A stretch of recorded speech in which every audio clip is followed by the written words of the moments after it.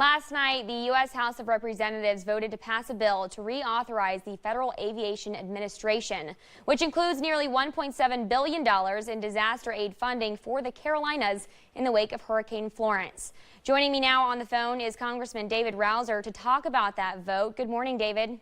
Good morning, Hannah. How are you? I'm doing well. Thanks so much for joining us. What does this bill mean for the Carolinas?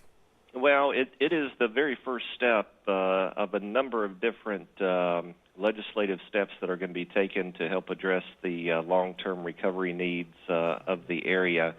Right before Hurricane Florence hit, we were on the phones with the Senate leadership staff and the House leadership team because we knew this was going to be really a disastrous storm. And, of course, at the time we were anticipating it being a Category 4 hurricane. Thankfully, it wasn't quite as strong.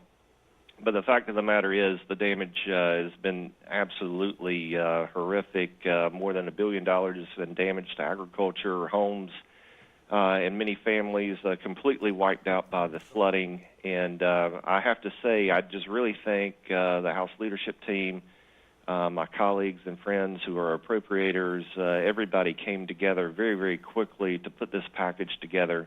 It's about $1.14 billion for North Carolina that will go to the Community Development Block Grant Disaster Recovery Program. That program is the most flexible program that we can provide funding for so that the state of North Carolina and our local governments have the maximum flexibility to address as many of the recovery needs as possible. And we will continue, obviously, to get damage assessments over the course of the next several weeks and months, and based on those damage assessments, we will continue to appropriate the dollars necessary for full and complete recovery long term.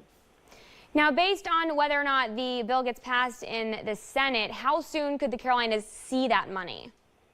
Very soon. And I anticipate the Senate will pass it within the next week for sure. Of course, they've got a little matter in the Senate that they're dealing with as it relates to the Supreme Court, and hopefully they will have that vote very quickly, and at that point be able to move on and vote on this package here in the next few days.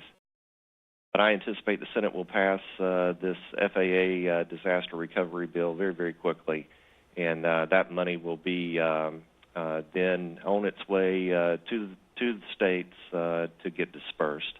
It does take a little time, for that money to channel through. The state has to have a program in place, but the state has some experience with this, obviously with Hurricane Matthew, and had a number of kinks that they've been working through.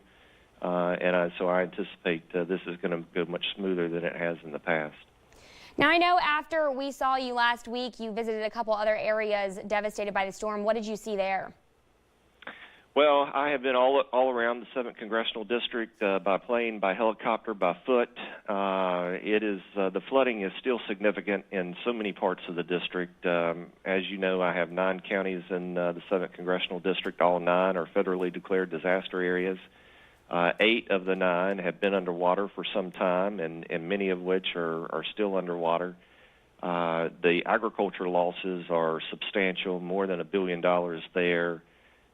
Just hundreds of thousands of structures have been damaged. It's just a mammoth storm that inflicted an incredible amount of damage, and there are a lot of folks that, quite frankly, experienced a life-changing event. And we all have to continue to pull together and help each other.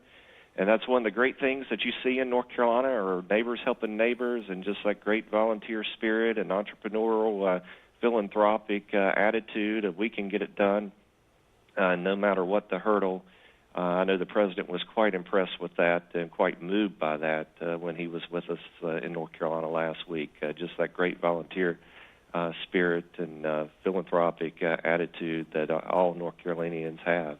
And we got to continue together and work together, and the local and state officials have worked mighty well together with the federal officials, and of course the primary role of the federal government is to make sure our local and state folks have what they need and this $1.14 billion package is going to help to do that, certainly here in the interim.